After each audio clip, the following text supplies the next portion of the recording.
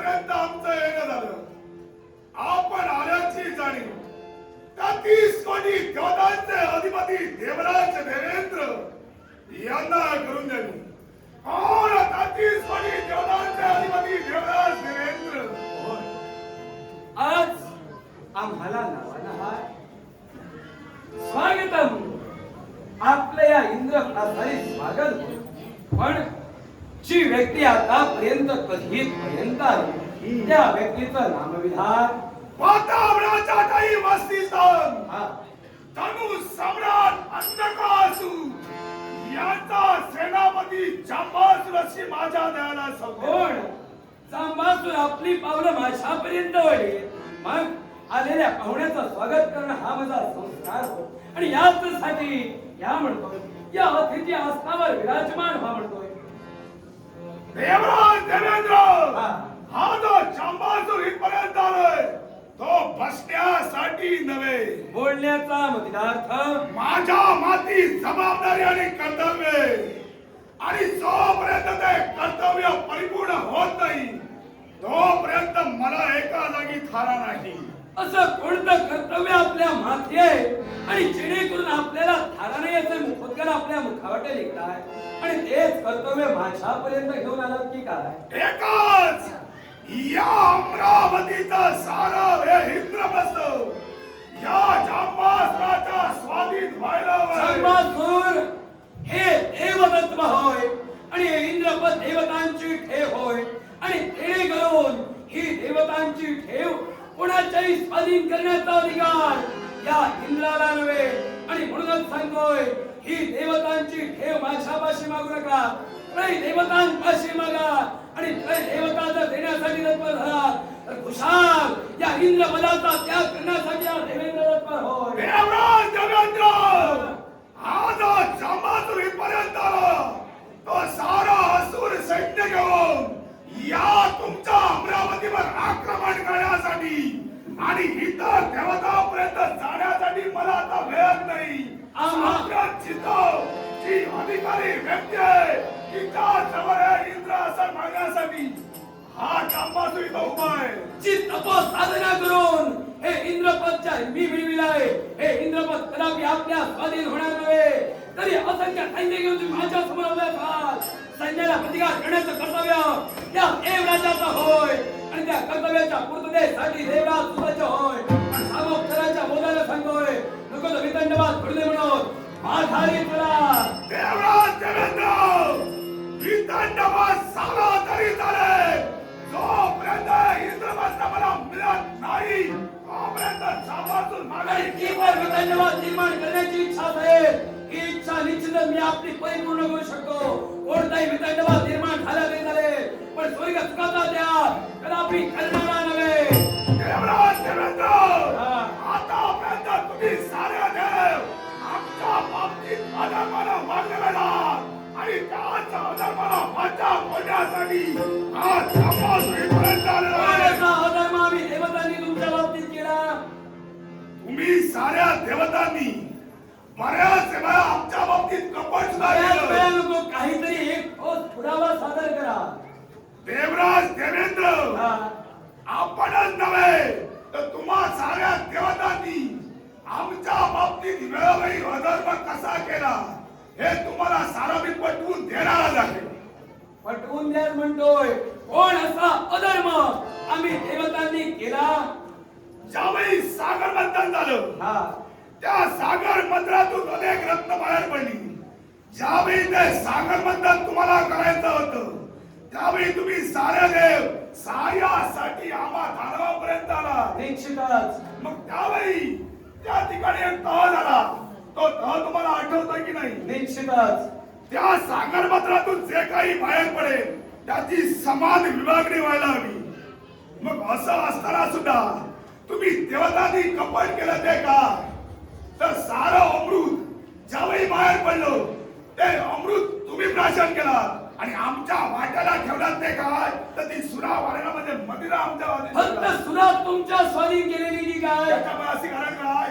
एकच रत्न आम्ही तुम्हाला दिलेलं की काय? अन्य कोणतंही रत्न आम्ही तुमच्या स्वाधीन केलं नव्हतं. मी काय म्हणालो?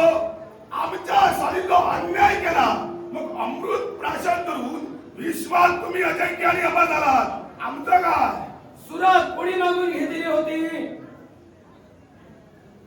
प्रश्नाचं उत्तर द्या जांबासूर सुरात कोणी मागून घेतली होती तुम्हाला जे काही ज्ञान आहे ते तुम्ही सांगा त्याच्यावर माझं काय मत आहे ते फक्त मी मांडणार म्हणजे मत मांडण्यासाठी बरोबर आहे आणि हे जर का तुमचं मत असेल तर ती सुरा तुम्ही मागितलात आणि म्हणून तुम्हाला सुरा दिली गेली आणि तीच सुरा तुम्ही समाधानी झालात नव्हे तर जी 14 रत्न निघाली ही 14 रत्नामा देवतांची होती 4 ती देवतांची संपत्ती देवतांना मिळवण्यासाठी तुम्ही सहाय्यभूत ठरलात सुराज नव्हे अजूनही एक रत्न सुद्धा अर्थात उच्च श्रवा अश्व सुद्धा काही काळासाठी तुमच्या स्वाधीन केला गेला होता अशी 2 रत्न तुम्हाला दिली गेली होती याचा विसर पडू नका फक्त सुरा दिली याच्यावर बोट ठेवू नका उच्च श्रवा अश्व सुद्धा आम्ही तुमच्या पाशी दिला होता आणि आज अन्याय घडला म्हणून तुम्ही वेळोवेळी वितंडवाद निर्माण केला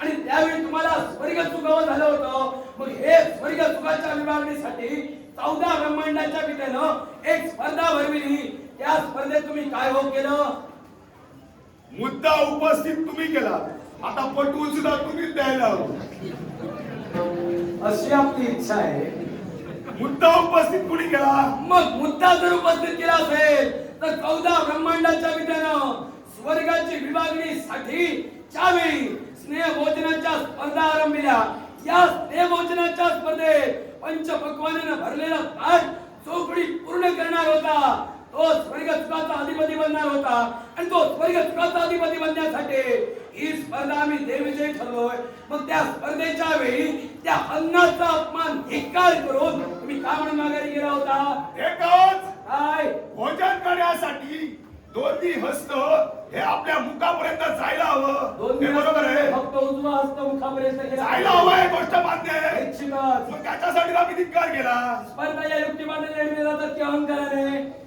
युक्तिवादानं मग युक्तिवाद तिथं घडवायला पाहिजे तिथं होता त्यावेळी आम्हाला जे सुचलं नाही त्या मुद्द्यावर तुम्ही का आता बोट ठेवता इथं तुम्हाला सुचलं नाही म्हणून इथं आला म्हणजे तुम्ही धर्माचा पुरास करते धर्माचे पुरस्कर्ते नव्हे चित्त 14 ब्रह्मांडाच्या विद्यानं वितंडवाद मिटावा म्हणून स्नेह भोजनाची स्पर्धा आरंभली आणि या स्नेह भोजनाच्या स्पर्धेत देव दानवांच्या हाताला काठ्या बांधल्या गेल्या होत्या देवतांचे हात कोपऱ्यातून जुळत नव्हते दानवांचे हात कोपऱ्यातून जुळत नव्हते स्पर्धा या युक्तिवादाने लढल्या जातात कोण कोणत्या प्रकारे युक्तिवाद लढवून हे पंचपक्वानांचं ताट पूर्ण करतो आणि अन्न हे पूर्ण ब्रह्म मानून त्या अन्नाचा मान राखतो हे 14 ब्रह्मांडाच्या पित्याला पाहायचं होतं आणि म्हणूनच त्यांनी हाताला काठ्या बांधण्याचे आदेश दिले मग तिथे युक्तिवाद आम्ही देवतांनी काय लढविला तर आम्ही देव एकमेकांसमोर आलो एक एक अन्नाचा घास समोरच्या देवतेला भरविला आणि ती स्पर्धा आम्ही विजयी ठरलोय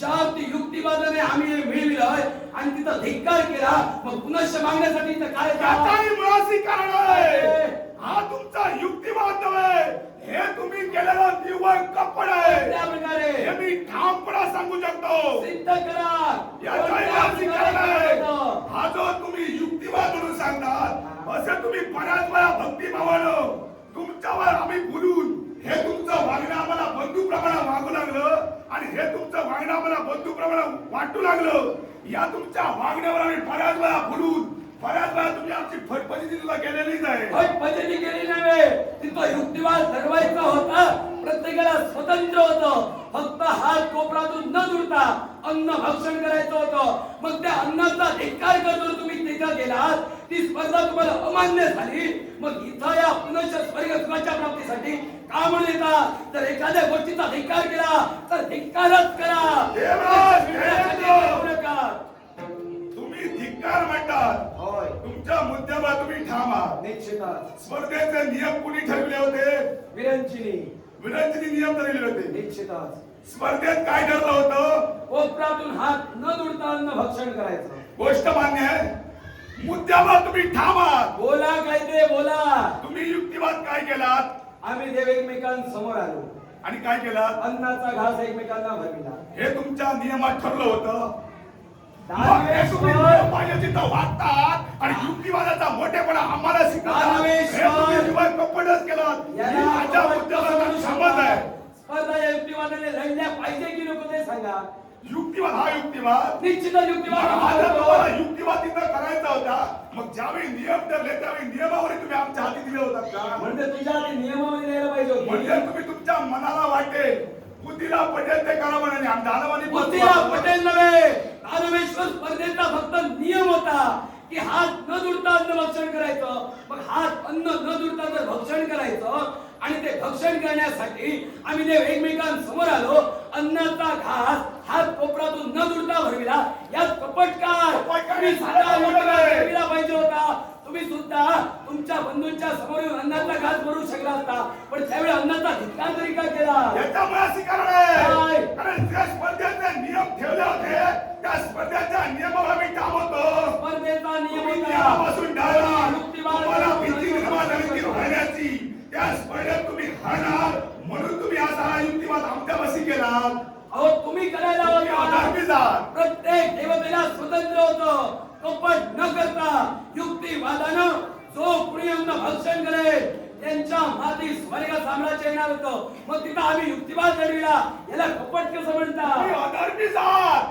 अधर्मी राहणार आणि माझ्या नजरेत तुम्ही कायम अधर्मीच असणार. आपल्या नजरेत जरी अधर्मी असतो तरी धर्माचा शासक म्हणून या विश्वाच्या ठाई या इंद्रपदावर देवराज सुरेंद्र हो. धर्माचा मोठेपणा सांगू नकोस.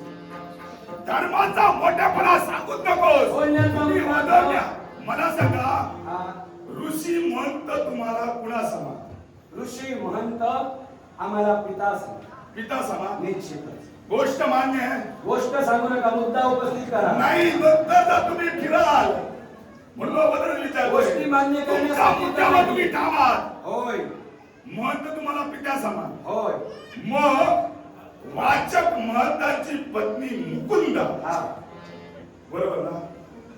वाचक महंताची पत्नी मुकुंदा हिच्याकडं तुम्ही का गेला? हिच्या तिची इच्छा पूर्ण करण्यासाठी हा देव गेला. अधिकार कोणी दिला? अधिकार माझ्या हाती सापडा. जरा थांबा. होता. जरा थांबा.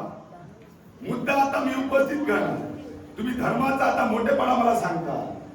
मला सांगा वाचक महंताची पत्नी मुकुंदा ही राधे रुक्मांगद यांच्यावर मोहित झाली होती. मग जर ती राधे रुक्मांगद यांच्यावर मोहित झाली मग तुम्ही मध्यंतरी ढवळढवळ का करायला गेला? तिची इच्छा पूर्ण झाली होती. तिची इच्छेच्या पूर्ततेसाठी एका स्त्रीची इच्छा पूर्ण करण्यासाठी हा देवराज इंद्रदेव पर्यंत गेला आणि तिची इच्छा मी पूर्ण केली. यात तुमचं काय होतं? म्हणजे तुम्ही धर्माचा पुरस्कार. हो. मग मला सांगा तिची इच्छा काय होती? ती मोहित कोणावर झाली होती? राधे रुक्मांगद यांच्यावर. हो. मग त्या रुक्मांगदाचा रूप घेण्याचा अधिकार मला कोणी दिला? रुक्मांगतावरती भाळली होती आणि म्हणून तिची इच्छा रुक्मांगता करवी पूर्ण व्हावी म्हणून मी रुक्मांगताचं रूप घेतलं आणि तिच्या इच्छेच्या पूर्ततेसाठी मी तत्पर ठरलो. एका स्त्रीची इच्छा पूर्ण करणं हे धर्मकार्यच होय. देवराज तुम्ही खरं बोलता. हो. खरं बोलता. बोलल्या तुमचा मुद्दा उपस्थित करा. मी खरं मला बोलतो. सांगा राधे रुक्मांगद यांच्यावर ती मोहित झाली होती. हा. मग त्यांची इच्छा राधे रुक्मांगद परिपूर्ण करणार होते. तुमचं का? त्यांना इच्छा पूर्ण केली नाही त्याचा प्रश्न राहिला. पण तिची इच्छा त्याच्याकडनं पूर्ण व्हावी म्हणून मी तिथपर्यंत गेलो. मग देवराज देवेंद्र आता माझा मुद्दा आहे का? हा. तुम्ही मगापासून मला म्हणतात मी धर्माचा पुरस्कर्ता आम्ही धर्माच्या पुरस्कर्ता या विषयावर ठाम आहात. मग तुम्ही जर धर्माला अनुसरून होतात मग राजा रुक्मांगदावरती मोहित झालेली असताना सुद्धा तुम्ही देवराज देवेंद्र आहात हे तुम्हाला माहित असून सुद्धा तिची इच्छा परिपूर्ण करण्याचा अधिकार तुम्हाला कुणी दिला आणि कसा दिला हे स्पष्टीकरण मला आता इथं द्यायला जाऊ. तिची इच्छा होती म्हणून मी तिथपर्यंत गेलो. ती इच्छा मी पूर्ण केली. यासाठी एका स्त्रीची इच्छा पूर्ण करणं धर्म होय आणि म्हणूनच ते धर्मकार्य देवराजाने केलं. नुसतं धर्म कार्य म्हणून बोलू नका. तुम्हाला अधिकार कुणी दिला? हा जो मी इथं मुद्दा उपस्थित केला याच्यामुळे अशी कारण काय माहितीये? काय? तुमच्याकडे आता उत्तर नाही. कारण कसं झालं माहितीये? काय? तुमचं झालं असं तुमचं स्वतःवर नियंत्रण नाही आणि एखादी सुंदर स्त्री दिसली की तुम्हाला राहत नाही. आणि असं झाल्यामुळे तुमचं झालं असं. हा ती मुकुंदा सुंदर होती, ती मोहित कुणावर झाली होती? राजा रुक्मांगद. याचं कारण काय? तर राजा रुक्मांगद हा सौंदर्यवान राजा होता. तिच्या सौंदर्यावर मोहित झाली म्हणून तुम्ही त्या राजाचं सौंदर्य तुम्ही घेतला आणि तिथपर्यंत गेला. नाही, तुझं सौंदर्य काही कमी, तुझ्यात काही कमीच नाही. ते आता जरा वेळासाठी मी मान्य करतोय, पण मध्यंतरी बोलू नको. राजा रुक्मांगद हे दिसायला सौंदर्यवान होते. मग तू जर खरा होतास आणि जर धर्माचा पुरस्कर्ता होतास तर तुझ्या इंद्र याच रूपानं तू तिच्यापर्यंत का गेला नाही? एकच कारण तिची इच्छा होती रुक्मांगदा पूर्ण व्हायला पाहिजे होती आणि म्हणून मी रुक्मांगदाचं रूप घेऊन गेलो. कारण प्रत्येक स्त्रीची इच्छा पूर्ण करणं हे धर्म कार्य होय आणि हे धर्म कार्य कसं ते ऐका. याची मला वाच्यता करायची होती. ऐका आता मी बोलतोय. सहित इथं पूर्णपणे स्पष्टीकरण द्यायला जावं. जर स्पष्टीकरण नसेल तर अद्वैत संधी हे खाली करा. हे चालते वा. हे खाली कधी होणार नाही. याच्यावर तुझं ठाम असशील तर या प्रश्नाचं तुला समर्पक उत्तरच देतोय. ते द्यायला जावं. हे उत्तर घेतल्याशिवाय मी जाणारच नाही. हे उत्तराला महत्व आहे. आणि हे उत्तर दिल्याशिवाय मी सुद्धा माघारी जाणार नाहीये. बाजू मांडा, बाजू मारू नका. कारण विषय मी बराच वेळ झालो तुम्हाला विषय मी विचारतोय पण टाळाटाळ करता. त्याच्यामुळे सांगतोय बाजू मांडा. बाजू जर मारला गाड्या जंबासून अशी आहे. बाजू मारणारा हा देवेंद्र नव्हे, बाजू मांडणाराच होय. सुरू आणि ते कोणत्या प्रकारे असेल? त्यावेळी अत्री महंत आणि त्यांच्या समदर्शनाने अपाली हिला त्वचारोग झाला होता आणि अत्री महंतांच्या डोक्यावर केशभार नव्हता आणि म्हणूनच अत्री आणि अपाली यांनी माझी भक्ती केली. त्यांच्या भक्तीवर हा देवराज इंद्र प्रसन्न झाला आणि त्यांच्या इच्छा विचारल्या आणि त्यावेळी त्यांनी इच्छा प्रदर्शित केल्या. अत्री महंतांनी माझ्यापाशी इच्छा प्रदर्शित केली की आपल्यावर जो केशभार नाही आहे तो केशभार आपल्याला मिळावा. त्यांच्या इच्छेप्रमाणे त्यांना केशभार देण्यासाठी हा देवराज तत्पर ठरला आणि त्यावेळी अपालीने इच्छा प्रकट केली आपल्या जो त्वचेला रोग आहे तो रोग पूर्णपणे बरा व्हावा. याची इच्छा प्रदर्शित करतात. शेवटी भक्ताच्या केला देव धावून गेला आणि म्हणून तिची इच्छा त्वचा रोग दूर करण्याची ती इच्छा माझ्या साह्यानं धन्वंतरीच्या साह्यानं तिची इच्छा मी पूर्ण केली. तिला त्वचा रोगातून मुक्तता केली आणि त्यावेळी अपालीनं मला आशीर्वाद दिला. नव्हे तर अपालीनं या विश्वाच्या ठाई ज्यावेळी कोण एक माझी इच्छा पूर्ण केला म्हणूनही कोणत्याही स्त्रीची इच्छा तुम्ही पूर्ण करू शकता असं तिनं मला आशीर्वाद दिला. नव्हे तर त्या तिनं या विश्वाच्या ठाई कोणत्याही स्त्रीची इच्छा धनुर्वेदाप्रमाणे हा देवराज पूर्ण करू शकतो आणि मुकुंदेपर्यंत जाण्याचा अधिकार मला धनुर्वेदाने दिला. लक्षात ठेवा. त्या धनुर्वेदाने मला तो अधिकार दिला. मग मला सांगा ज्या नमुची दैत्यानं या स्वर्गावर आक्रमण केलं होतं आणि त्या नमुची दैत्याचा शेवट आम्ही केला आणि तो करत असताना त्या नमुची दैत्यानं या विश्वाच्या ठाई त्याला कोणती शक्ती मारत नव्हती. अशा दैत्याचा सुद्धा शेवट या देवराज इंद्राने केला. जिथं तो नमुची दैत्य सुद्धा माझ्या समोर आला तिथं तुमची सुद्धा गय केली जाणार. देवराज देवेंद्र उगाच आवाज चढवून बोलणार म्हणून घाबरून जाणारा जांबासून नव्हे. अरे तू अधर्मी आहेस, अधर्मी राहणार आणि माझ्या नगर अधर्मी आहेस. हे जांबासूर मुखाच्या वर्गाला गुलगोस दुसऱ्याला दुसरं दिली म्हणून अधर्मी होत नाही. मी धर्माचा कसा हे तुला पटवून दिलेलाच आहे आणि या विश्वाच्या ठाई धर्माचा पुरस्कर्ता म्हणून या इंद्र पदावर जाणार होय. ते करतोय ते धर्मशास्त्रानं आणि जर का माझ्या समोर असेल तर तिकडे या. महाराज